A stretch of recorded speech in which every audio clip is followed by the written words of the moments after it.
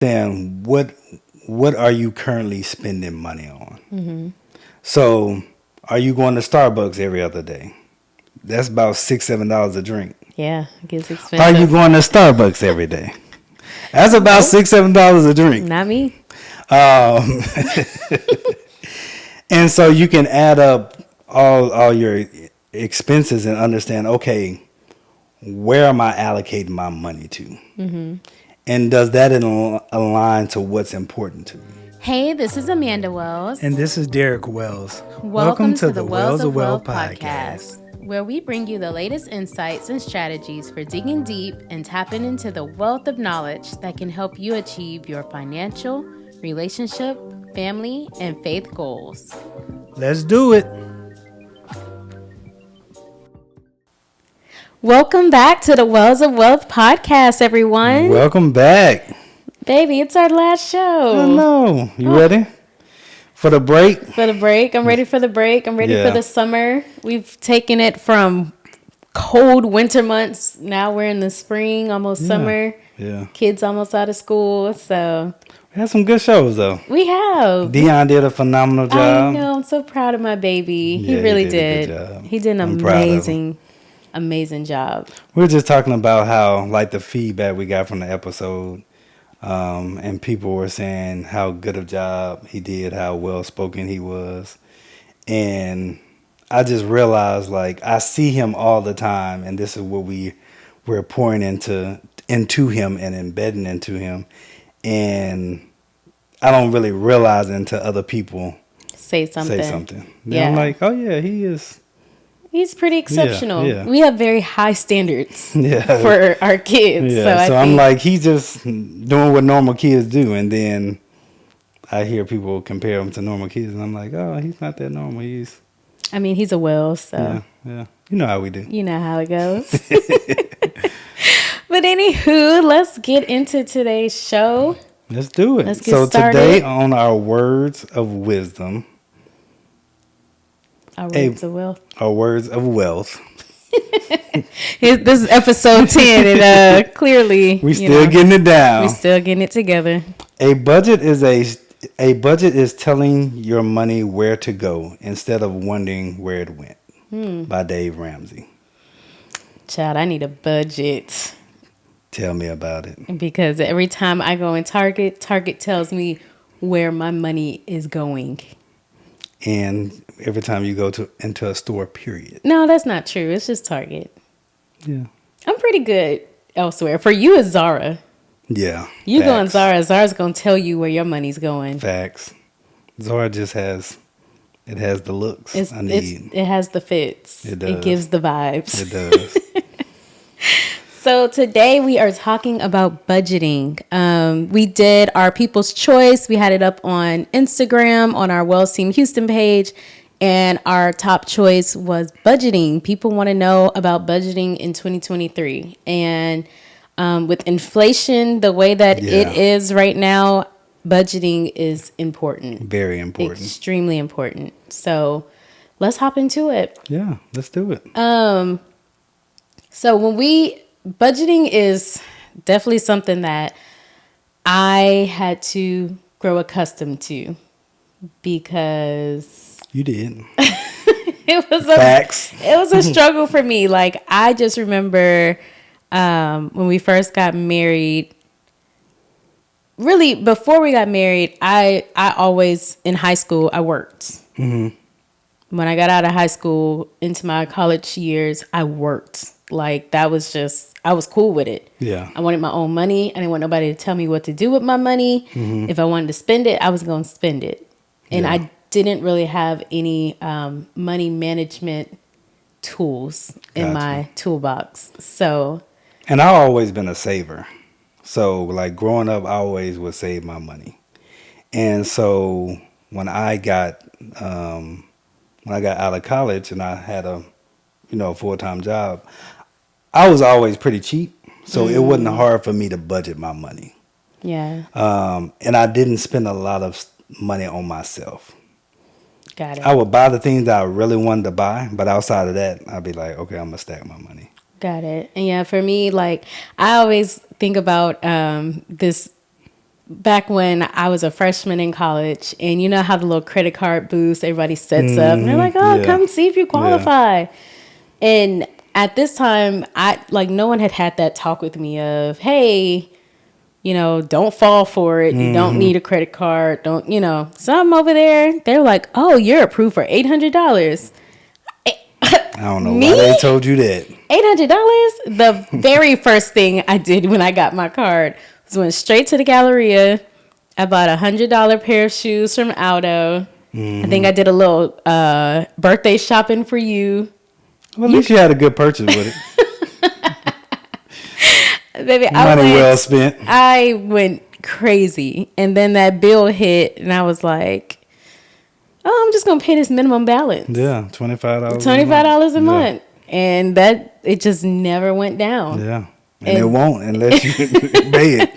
But that was like significantly. that was like my first like wake up call to Yeah. budgeting and finances and understanding how money works. Yeah. Yeah.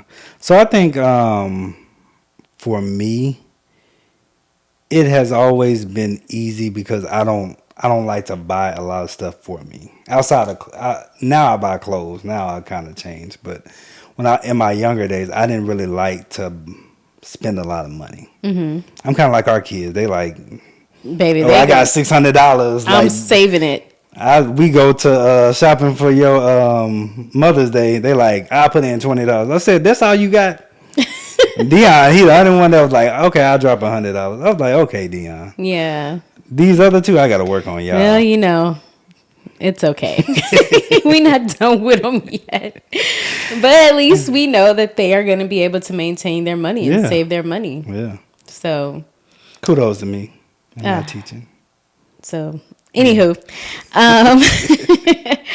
So, when we first got married, typically a point of discussion is finances. How are you going to manage your finances coming into a marriage? For us, things were a little different because coming into our marriage, I was still in school. I was on my way to becoming a teacher, and so I wasn't working. Yeah. I was still a full-time college student, and you had just gotten hired on at Ernst & Young. And so we automatically were just like, our finances are just going to be linked up. Yeah. So that wasn't a hard discussion for us. I know that is definitely a big thing for a lot of couples. But for me, I do remember feeling like, okay, now I have someone monitoring my spending and someone telling me how much I can spend needed. and how much I can't spend. It was needed, but it was an adjustment. Yeah. That was a really big adjustment because at that time I had been working since 15. Yeah. And no one told me what to do with my money. Yeah. I was just pretty good at putting some aside. And you weren't bad with money. I'm joking, but you wasn't bad with money. I wasn't awful. Yeah. Don't paint me out to be just. Now, let's not go overboard. Okay, I did. I was decent with money. I was able to save for things that I wanted. So we get married, and we're living off of one income, and you wanted to buy the house and do all the things. So he does like to spend some money. Yeah, Don't on get it important twisted. stuff. Like a house. On important stuff. Correct. I might spend at Target, but Derek gonna get his house. Facts. So as we started to combine our income, for you, as you have the financial background, what was important to you in coming together and basically just being married and managing finances? I think when we started off, because you weren't working, we didn't have a choice on putting our money together. And so we started off managing our money from a shared vision. And I think that has really been helpful for us in the long term, is because when I see people put their money separately, then you may have one person with X amount in the bank, then the other person, because typically they do have different spending habits. Right. The other person may not have so much money in the bank. So Sally may have a great idea or opportunity that she can move forward, but she don't have the resources to do it. And so she got to go ask her husband for the money, Harry. or Harry, or vice versa, and try to get that person on board for the vision. And it doesn't always work that way. And I think when you put your resources together and you both have a shared vision on where you're going, because that's key. Yeah, it is. If we're not in sync, then it doesn't work. Yeah. And a lot of people just weren't raised to talk about money. Yeah, yeah. It was always just kind of like a private thing, or, my money is my money, your money is your money, whatever. But when you are getting married, even if you do decide to run your finances separately, it's still a conversation. Yeah.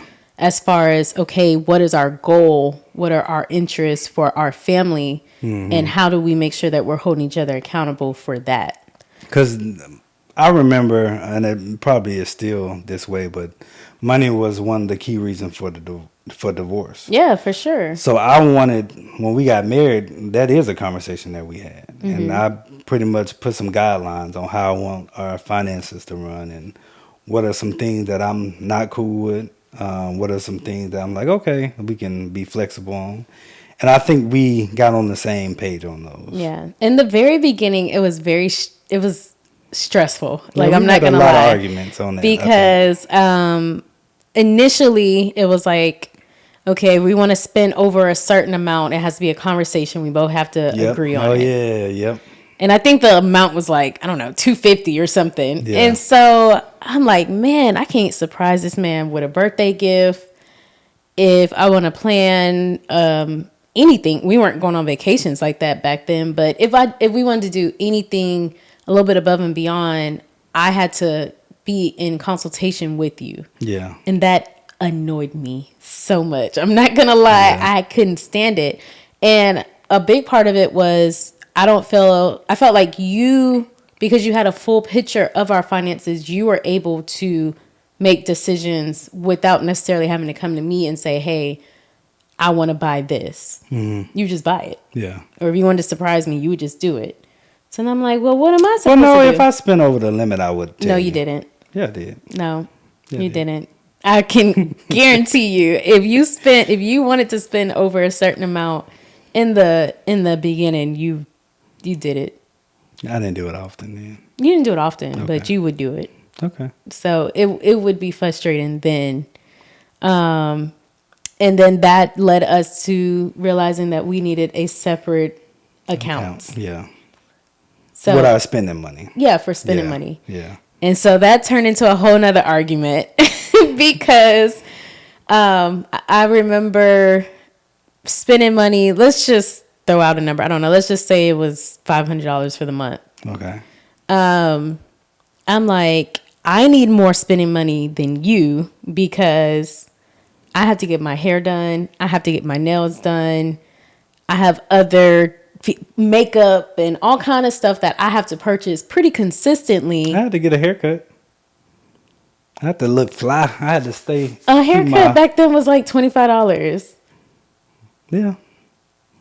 But still, I had to stay fly. You weren't even buying clothes for yourself like that then. So you just pocketing your little spending money. Yeah, I'm stacking my money. You're stacking it. And I'm sitting. I go to get my hair and nails done. You ain't got to get your nails done. But then I would be a bad wife. Then it's, oh, you're not keeping yourself up. Oh, you need to.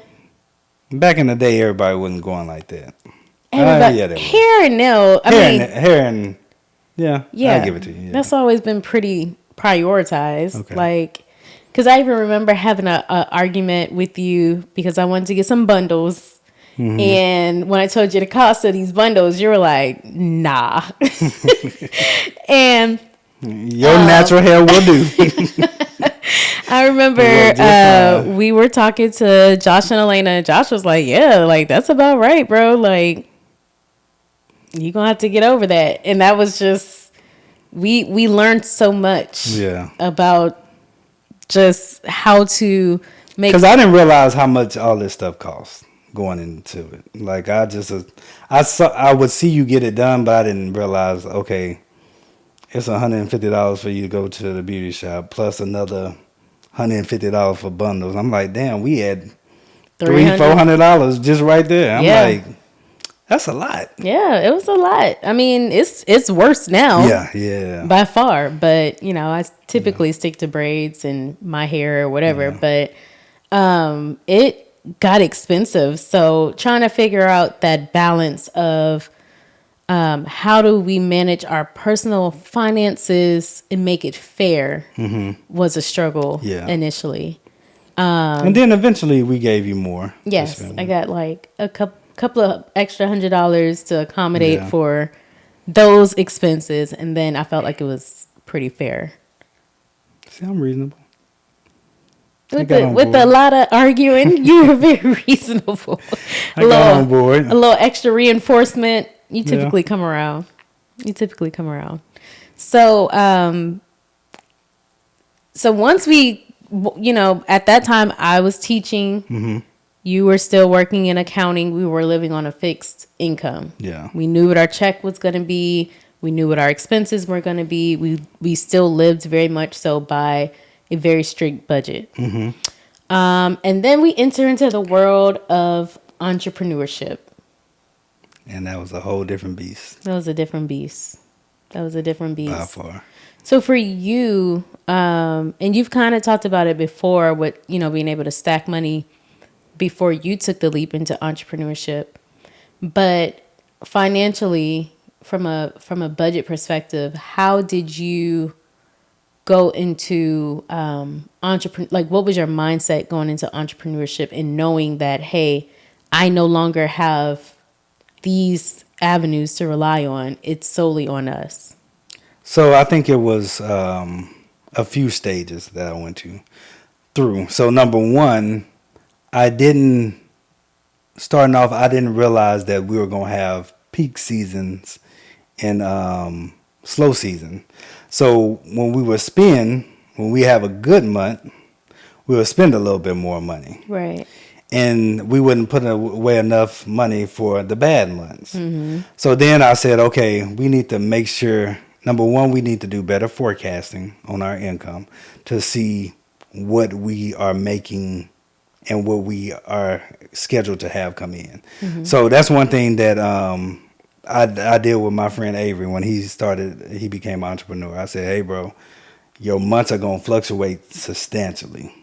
So, and I created a revenue forecast. So I said, okay, any deal you have, put the month that is closing, so that way you can project your months and see what your cash flow is looking like. And once you're able to analyze your cash flow, okay, June is going to maybe a dead month. I may make $5,000, but July I may have $30,000 coming in. Right. So, and then in August I may have another dry month. So you can kind of balance out your spending and make sure that you are not overextending yourself in not having enough money when it comes to those dead months. Yeah. So. Yeah. And once you build your business and you really understand like how your cash flow looks, and you've been in business for a couple of years, it becomes easy to project, okay, this is what my overhead looks like for the entire year.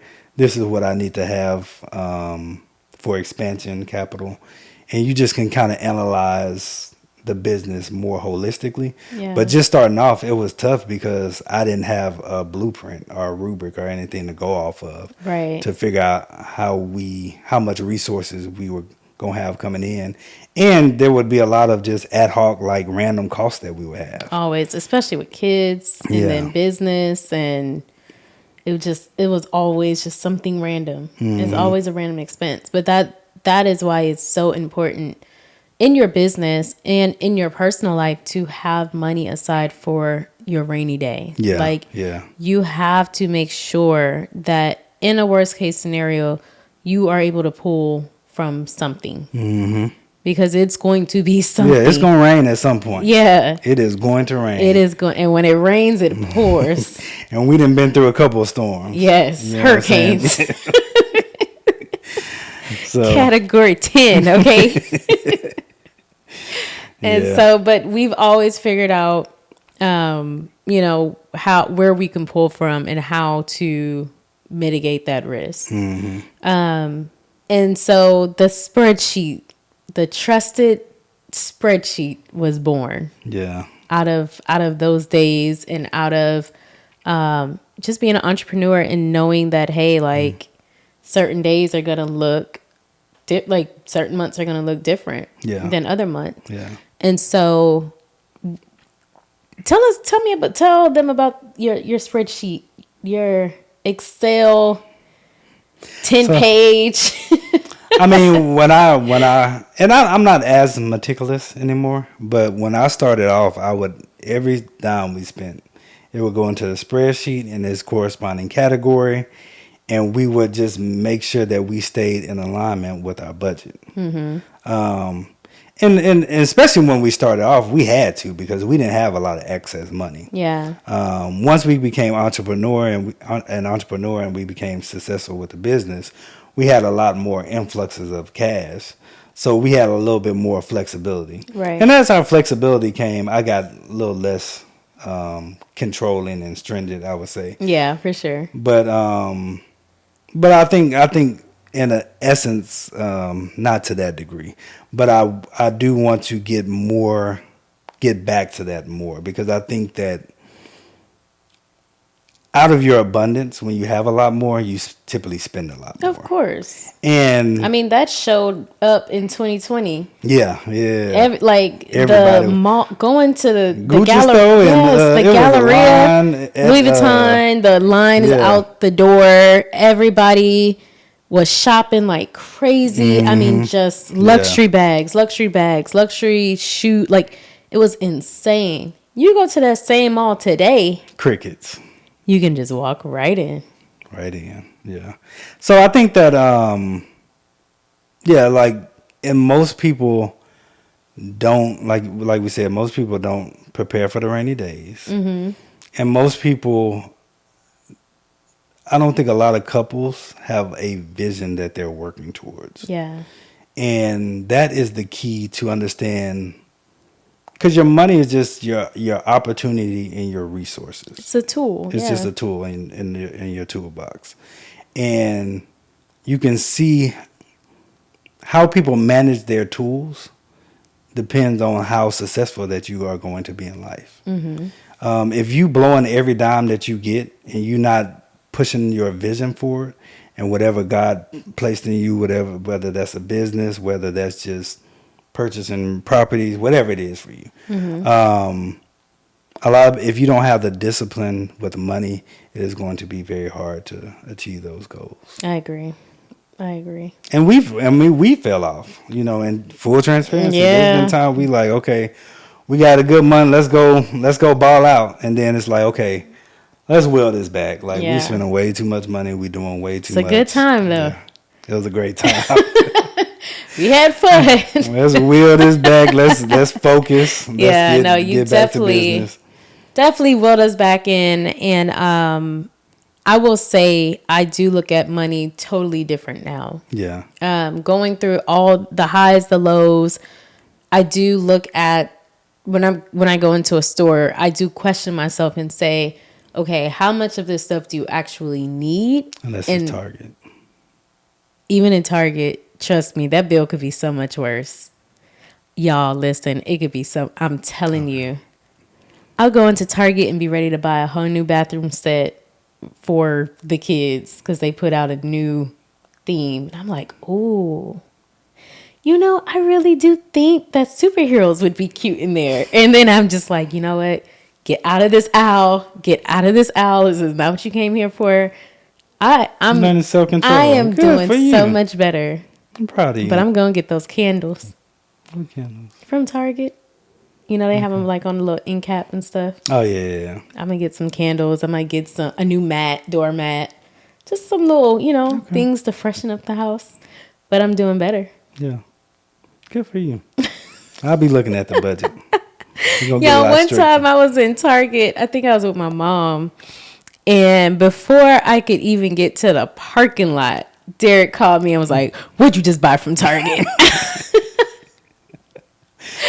I was like, dang. I saw you at the account. What did you just buy? And it was probably a bunch of stuff I didn't even need. But Facts. I'm doing better. Yeah. I'm Yeah. doing You better. are. You are. It's a working process. He ain't through with you yet. He ain't through with me yet. He got a lot of work to do. He ain't got that much work to do. Okay. All right.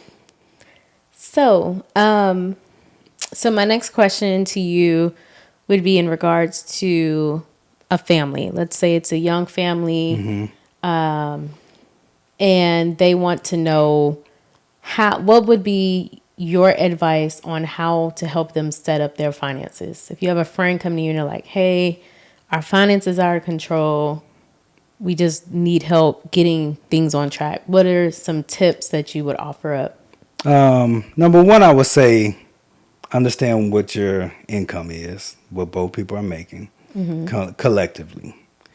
Then you have to understand where you've been to understand where you're going. So you have to understand what are you currently spending money on. So are you going to Starbucks every other day? That's about $6-7 a drink. Yeah, it gets expensive. Are you going to Starbucks every day? That's about $6-7 a drink. Not me. And so you can add up all your expenses and understand, okay, where am I allocating my money to? And does that align to what's important to me? Because if you're wasting, let's say, $100 or $200 on coffee, maybe that's not that important to you. Maybe you can go get the little pods and put it in there, drink that in the morning, versus allocating your money here, and that gives you opportunity to put your resources elsewhere. Right. So number one, I would start understanding what are my habits. Once you learn what your habits are, because spending is just habits. Yeah. Typically, you have the essential things that you have to purchase, and even sometimes, like I'll have clients that may be on a $50,000, $60,000 income, but you got $1,000 car note. Yeah, not Now a good idea. that doesn't make sense, and especially, I mean, now with interest rates at 7%, I can kind of somewhat understand it. But back in the day when they were like 2 or 3%, it didn't really make sense. Like you're overextending yourself on the purchases, Right. and yes, a car is essential, but you having a BMW or a Mercedes is not. You know what I'm saying? Correct. Like the functionality is to get you one place to the next. Yeah. And so make sure that you're not overextending yourself on the items that are necessities that you do need. And then once you have a full picture of where your money is going, does it in line with where I want to spend my money, then you create a budget to line up with your vision. So if you're an employee and you want to be a full-time entrepreneur, maybe you want to start saving $500 a month. So you need to look at your budget and figure out where you can carve out the money to put aside to do that, so you can make that transition into full-time entrepreneurship. Right. So I think it's really just understanding your habits, understanding your vision, and understanding how you allocate your resources to create what you envision. Yeah. And there's so many amazing apps and things out now to help with that. Like, absolutely. There's so many apps. I remember, I don't know what it was, but I had an app back in the day where if there were like monthly fees, or if there was an overdraft fee, or if there was some kind of banking fee, this app would basically request to have your money sent back to you, and they knew the right terminology and all that on your behalf. And those fees and little things will add up quick. Yeah. And especially in today's time where everything is subscription based. Man. It is so easy to get caught up on something that's $5 a month and it's $10 a month. And you thinking about it from a standpoint of, this is very immaterial. Like I go to Starbucks and spend $5 so I can spend that a month. But when you got 50 apps pulling from you, then it starts to add up. Yeah, I remember I went through our iTunes one day, like the iTunes account subscriptions. I was just like, we ain't using none of this stuff. We're not using delete. Yeah. Like, and even subscriptions or with the streaming apps. Yeah. Now, before it was like, oh, we're going to save money because we don't have cable. No, you're paying more than cable. Yep, because you got to have a different platform for everything you want to watch. Yeah. So honestly, like, y'all get a plug. Like, Yeah. find some people y'all can work together real. and, you know, interchange these Accounts. accounts It's because needed. It don't make sense to pay for it doesn't. Yeah. It's so expensive. It gets expensive. And even for me, like I love to travel, as you know. Yeah, we know. But I am also a budget traveler. You are. That's what I will say. You do a very good job in keeping us on a budget when we travel. I'm going to keep us on a budget. Like, I remember we were going to Disney World and everybody was like, oh, y'all about to spend 10,000 easy. like money, bags on bags I'm like, on bags. they must not know who I am. And they must not know who I am because I could take that 10 grand and stretch that into 2 or 3 vacations. And I'd rather do that than, absolutely, you know, spend all this money at Disney. My kids aren't going to know the difference between any of it. Exactly. They just know they went. And Exactly. so for that, I found an Airbnb that was pretty close to the property, or that was close to Disney, not too far. Yeah. In the We mornings, would make breakfast in the morning. yeah, we would make breakfast in the mornings. All those souvenirs and stuff y'all wanted, we're going to Walmart and y'all can get as many souvenirs as y'all want. Yep. We brought in our own water into the park. Like, there's just so many tips. I even learned a little tip on how to get discounted tickets to Disney, yeah. so I'm not paying the full price. Like, it's out there. Yeah. If you want to save the money and still live that life, you can. You just have to be willing to put in a little research. Even with like a Amex, having an Amex Platinum card or Amex Gold card, using those points. Yeah. That's Using been those huge. points. Yeah. I've been able to book whole hotel stays for us for nothing. Yeah. Using the promos when different airlines, and like, there's just so many tricks and tips, and that's a whole nother Yeah, you need to do an episode episode on for real. how to save Like, and travel, because you've gotten it down. I am doing. So if you very guys well. wonder how we travel so much, We're not paying much for it. yeah, Yeah, we are paying the bare minimum, yeah, and and we stay at good places. It's not like we had, oh yeah, oh cheap. yeah. I'm not staying just anywhere. yeah, you too bougie. I am. When it comes to traveling, I am a bougie traveler. I'm not gonna lie, and I'm okay with admitting that. But I also know I don't want to ever be put out so much from one trip that we're not able to do more. Yeah, So yeah, budgeting. If you have a common goal like that, for me, that is my goal. So there's a lot of things I'm willing to forego and sacrifice because for me, I know I want to expose our children to traveling. I want us to be able to go and get away. Yeah. Because we need it a lot of times. I'm willing to put a lot of things on the back burner and say, no, I'm saving towards this goal. I don't need that. And I think probably about a year or two ago, we really had a conversation on, okay, what is important to us? Like, what do we want to spend our money on? Yeah. Because I remember you had a friend, you went through this purse phase where you wanted the Gucci and all this. I'm like, okay, but is that really important to you? Are you really just doing that just to stunt? And you start really evaluating, like, okay, do I care? Like, and you have some nice bags. Not to say that you ain't got none. Yeah.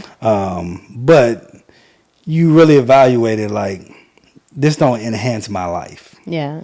Like, if I'm spending money, I want to spend money on things that enhance my life. Right. And that's experiences, that's travel. Yeah. And so we were intentional about our money, and we said, okay, of course we have our essentials, but let's focus our extra money on things that really enhances our life. Yeah. Really things that we really care about. Yep. And that to me is essentially living a rich life.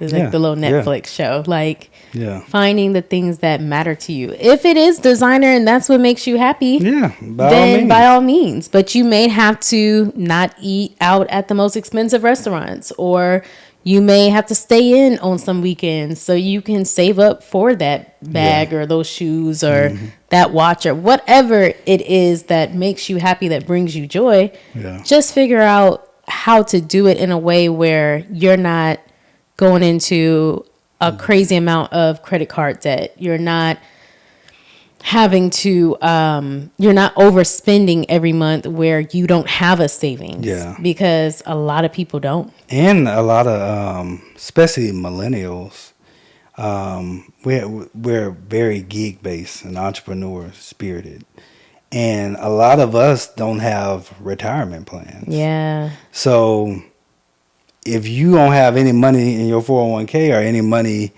in anyuities or IRAs, and you Stock want market, to anything. spend Yeah. $3,000 on a Chanel or a Gucci, like You can't just even gotta buy evaluate, Chanel does for that $3,000, by the way. oh, how much they cost? A lot more than that. Well, whatever they cost, $10,000.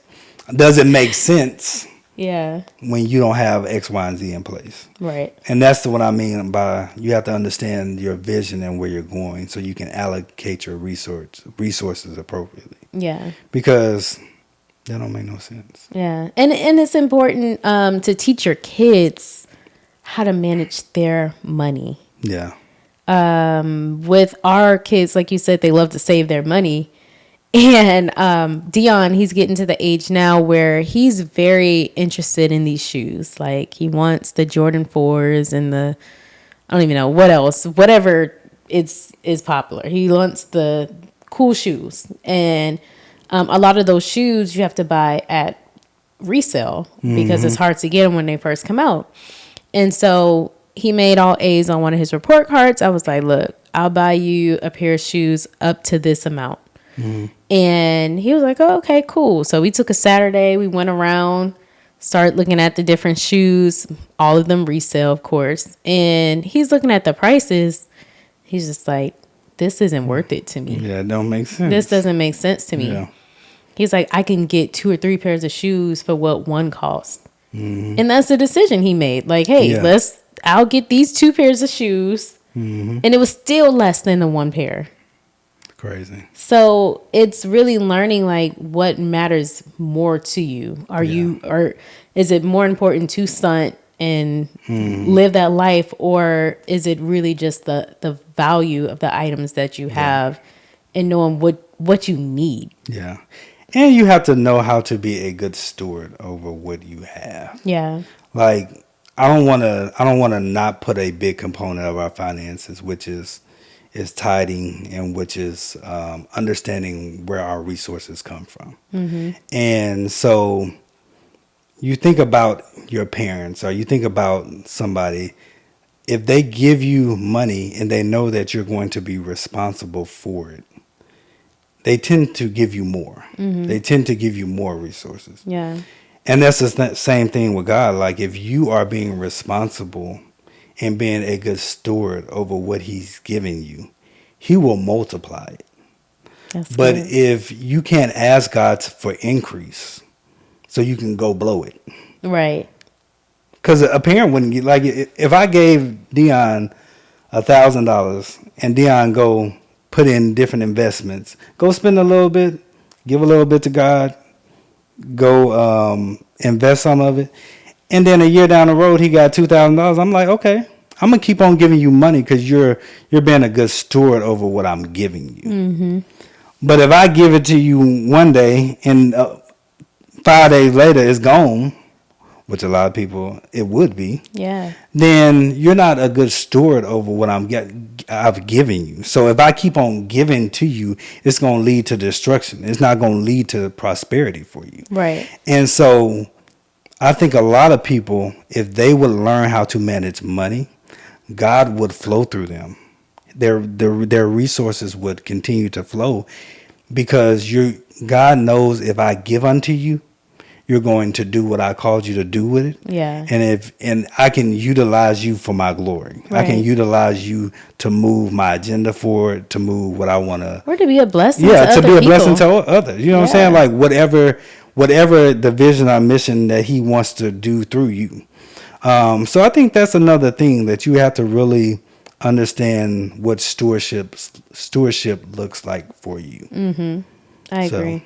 I would say that element is another key element we definitely have to consider and be mindful of. Yeah, and just teaching the next generation. Yeah. It's important for them to understand that just as much as it's important for people our age to understand that, because that's truly how wealth is built. Like when you understand finances, investing, saving, budgeting, once you start to learn that, you can start to truly grow wealth. Yeah. But Yeah. it's not taught as much in our generation. Or it wasn't taught much to our generation. And I feel like our generation is doing a much better job in getting that information out there. But I still don't think we're doing a good job with teaching our children what that truly looks like. Yeah. And allowing them to learn, like look at bills and say, okay, if we have this much money and we have to pay this, what are we Yeah. left with? Yeah. I think society, I think what we're learning now is just the hustle to go get it. Hustle mentality. Hustle mentality. And I don't know if we're learning on a mass level of how to manage and use what you have responsibly. And I think that's the lack of, that's the biggest gap I see. Yeah. And you have great podcasts like Earn Your Leisure, phenomenal resource to understand how to manage your finances. They teach about investing, trading. So they have a lot of great information on their platform. So I would say if anybody is looking to consistently get content on what's going on in the economy and the financial markets and just how to manage their money, that's definitely a great resource Absolutely. to tap into. Absolutely. And another thing I would say too with that is learn. You don't have to go out and try to conquer every business that you see on Earn Your Leisure. There's multiple wealthy people on there that talk about how they built their wealth.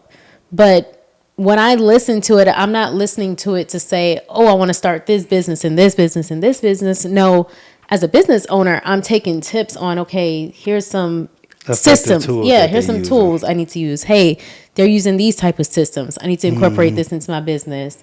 They're putting their money here. This is something we may need to look at. Like, people, like you always say, you have to run your own race and use that as a resource, not as your guidebook. Exactly. Yeah. No, I think that's great advice. Yeah. So, that's- I mean, it's really time for Wealth Avenue, which is where we give tips on the road to success. I feel like we went But down with I that feel one like already. I was about to say, I felt like we went into our own Wealth Avenue just in our conversation. So any final thoughts? I would say I would just kind of drive home on number one, seek God to understand what his vision is for you. Understand your vision. Then start matching your habits, your finances, your resources to your vision. And if you got all the money to achieve your vision is too small. Your vision, you shouldn't have all the money to reach what God has poured into you.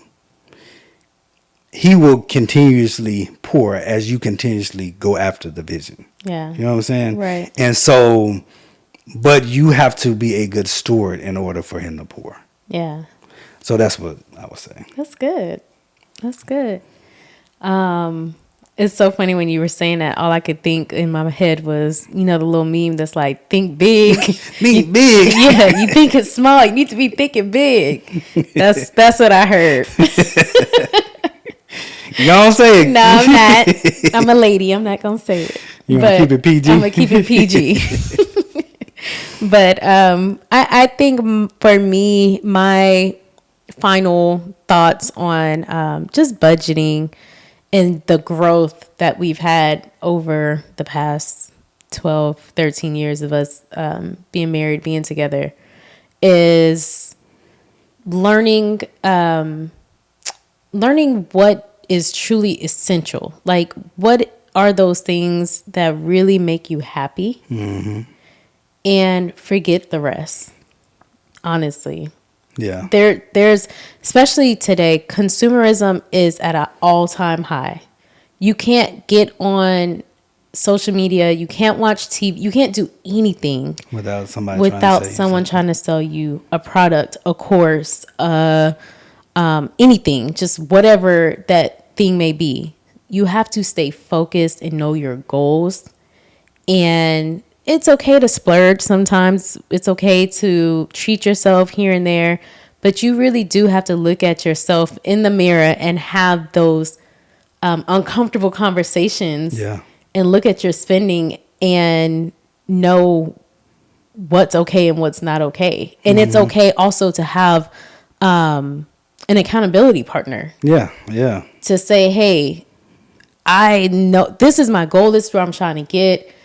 Maybe I need you to give me an allowance out of my own money.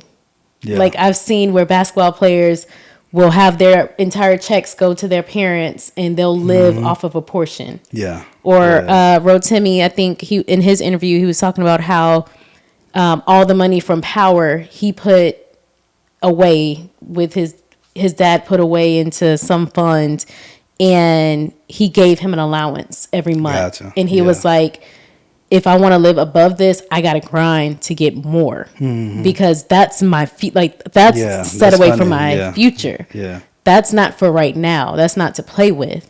So I got to grind in this moment to keep the money coming. Yeah. And so it's just having accountability and knowing that it's okay if you need help and reaching out to a trusted advisor or someone that is good with their money to get advice. Absolutely. So That's good advice, Miss Wells. thank you. Looking gorgeous today. I didn't tell you that. Thank you. Thank you. You look good yourself. You know, I try. You do well. Appreciate it. You do good. Got a good stylist. You do. So But all right, y'all. Well, that concludes our season one. Yeah, season one. Season 1, episode 10. We are out of here for the summer.